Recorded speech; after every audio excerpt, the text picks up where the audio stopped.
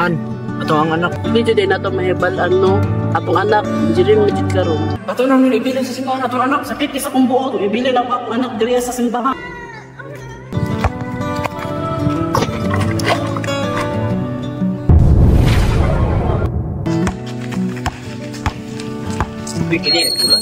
Ngayon, isa nang ganap na engineer si J-Lord at nagsisimula na siya sa mga tungo sa kanyang kinabukasan at nagagawa na niya ang kanyang gustong gawin.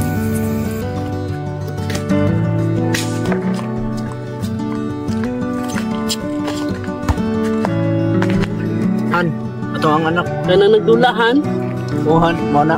Lord, ako ano din sa akong anak no. Han, engineer na ba na siya, Han? Dito din nato mahibalan no.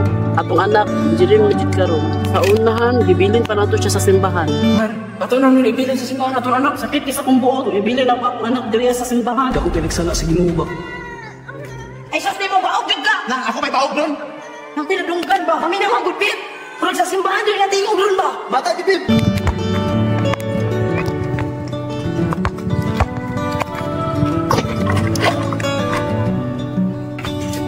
Igol, sorry Igol.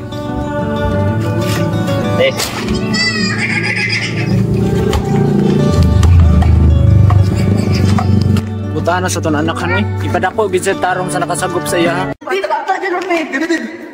Huwag gini nga bata. Ano, Bit? Bata dyan, Bit! Huwag na ito ba ang Bibib na bata anak dito, Bib? Swerte dyan sila ng bata, boss ba? Swerte dyan. Gani, Bit, ulihan to sa balay, Bit! Sige, Bib, kaya mo ba yung panangkin na Bibib, Bib? Tara na! Ganihan, wala siya nagmahay sa nakapunit sa iyahan no. Liit sa kanyang kaalaman ay palagi siyang pinagmamasdan na kanyang mga tuning na magulang mula sa malayo. Asa mo doon? Nak! Ma? Ay, nagdula man di ay. Ali, sagod! Oh, sige ma, mana na ko.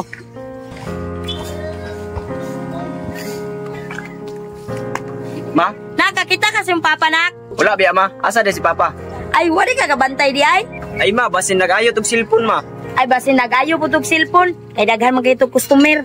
Ay ma, nakoy pangutanan nimo ba? Uy, Nak, unsa man na? About sa kong tinuod nga ginikanan ma ba?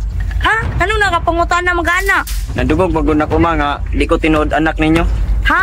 Ha, mga nakadungugan na, Nak? Diya sa silingan na to ma. Kana mga silingan na to, Nak.